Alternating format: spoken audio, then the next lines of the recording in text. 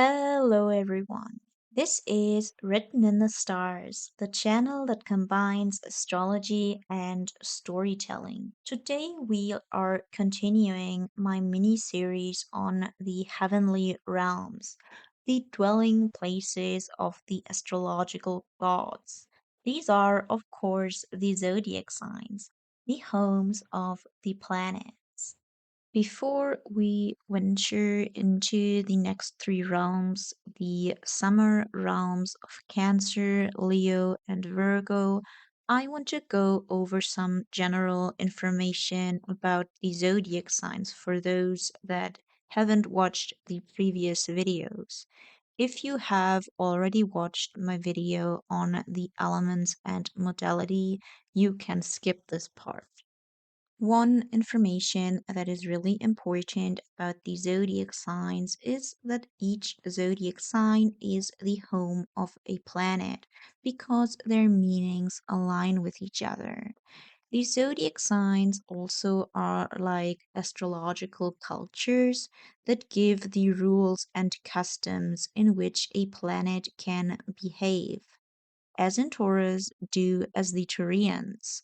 They show how a planet can express itself. Each zodiac sign also belongs to one element, which gives it a certain focus. Fire gives the need for expression of being, air the need for mental connection, water the need for emotional bonding, and earth the need for engaging with physical reality. Each zodiac sign also belongs to one modality, which shows how a certain focus is expressed. Cardinal signs initiate, fixed signs sustain, and mutable signs change from one state to another. Now, let's make our journey across the realms of Cancer, Leo, and Virgo. Amidst flowing rivers and waterfalls that reflect the moon's silver glow, stands the Crescent Cradle, the palace of the God Queen, who tends to all inhabitants of her realm with motherly care. Whoever ventures into this realm must open their hearts, as the God Queen will take them on a journey into the past, where old emotions seek expression, so that one's heart can be nurtured once more in motherly care. This heavenly realm is, of course, the zodiac sign of Cancer. Fourth in line, it is associated with the onset of summer, when families come together in celebration and old emotional ties are rejuvenated. Cancer gives feelings to Gemini's restless mind, memories to hold onto instead of fickle mental engagement. It's a family's freshwater well, holding each member's past in one place, anchoring their emotions in a place called home, where mother still waits to get a glass of water on the table and for them to pour out their hearts. Cancer knows it's our kin, those people that we are tied to emotionally, that protects us from harm, that keeps us safe, secure, and nurtured, or else we may be swept away. It teaches us to be kind and gentle, and to take care of those we love, to be, in turn, receptive of their care. It tells us that being emotional is fine and well. After all, it is our moods that tells us what our hearts are made of. Where Gemini engages in conversation to be mentally stimulated, to gather novel ideas and have fun, Cancer brings us into our feelings, our heart's attachments, like a mother telling us it is okay to let our armor fall in a safe space, so that we can cry when our hearts ache. It doesn't flitter here and there as Gemini does, but spins in steady circles, ending back where it once was. But on its way, it will change faces many times, just like the moon, for it knows two things. Our emotions flow forever, but the way they come forth is different every time, and this is alright and well. Cancer is on a journey to finding a family where he can express his emotions, feel safe, and have his moods be accepted. Any planet that traverses Cancer has to play by the moon's rules. Quick as the moon is, our emotions circle through many different stages in a short amount of time. The moon gives us the ability to connect with others, to feel for those we are close to form our past by filtering life through our emotions and containing them in our memories. It's the start of a new season for this planet where Gemini was uncertain, playing with different ideas. In Cancer, our hearts will tell us what we hold most dear, what we care for and want to protect. Not every planet likes the ties this place brings. Too steeped is it in subjectivity and feeling. But Cancer teaches us the value of our moods, to listen to the way they move in our body and give us clues about what we are comfortable with. It teaches us to appreciate the world not as a construct with many ideas, but as something that has a personal meaning to us.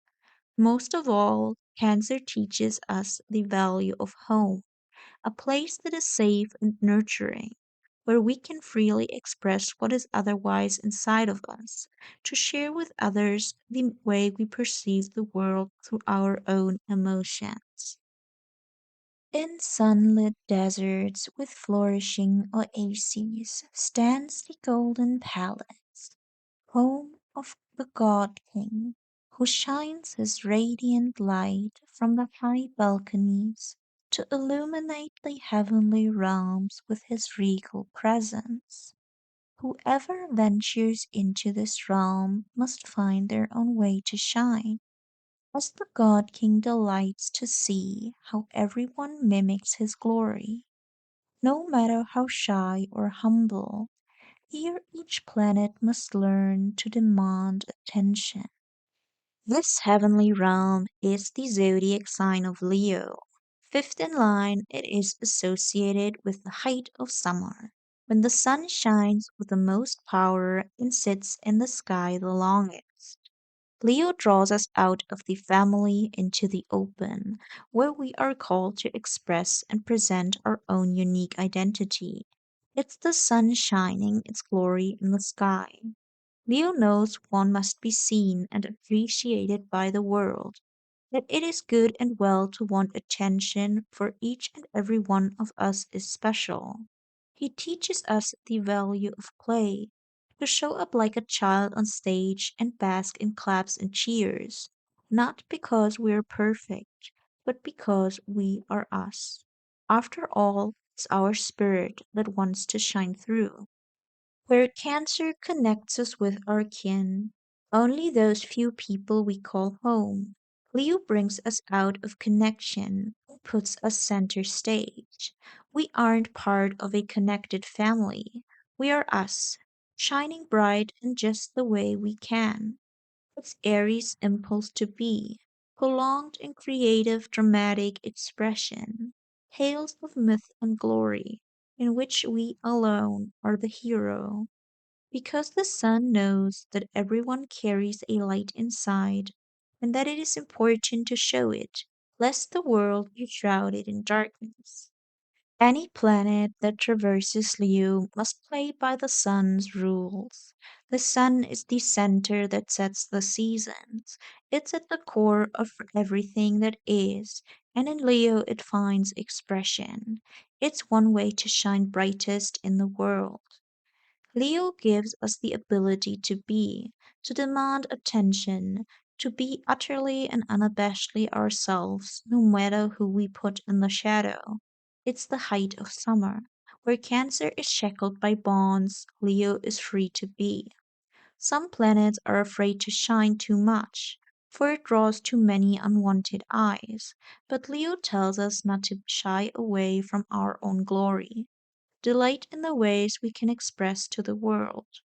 Most of all, Leo teaches us to be ourselves unapologetically, for there is only one of each of us in this world. Amidst herbal gardens and patchwork fields sits the archive, second home of the messenger god, from which he organizes all the information he has received in his couriers' towers, and from which he oversees the machinations of his lands. Whoever ventures into this realm must prepare to be put under scrutiny by the helping hands of the messenger god, for he has all the knowledge to make you into something better than you already are. This heavenly realm is the zodiac sign of Virgo. Sixth in line, it is associated with the end of summer, when grains of corn are gathered with meticulous precision, prepared for autumn to come. Virgo knows that light can shine bright and strong forever, where Leo is the unbound force of spirit radiating into the world. Virgo must make do with what exists in the physical realm. He has to carefully plan its resources to ensure that, come autumn and winter, everyone has what they need. Virgo knows how to use what's there to get the most benefit out of it, to twist and tweak until each object has found its perfect use. He does so by being discerning and critical. He teaches us to look closely at what's at hand, to evaluate its proper use for us to gain the most out of the limited materials we have. After all, only the judgmental mind knows how to put each detail in the right place. Where Leo basks in his own glorious radiance, Virgo remains humble. He puts himself in the service of all those that need help in the physical, be that the health of their own bodies or the rundown objects that need repair. Virgo helps us to transition from one physical state into the next, from ill to healed, broken to patched, because he knows how to make use of the things so that not only he but others will withstand the change of seasons. Any planet that traverses Virgo must play by Mercury's rules. Once Mercury gathered knowledge in Gemini, not discriminating on its usefulness, simply delighting in ideas themselves.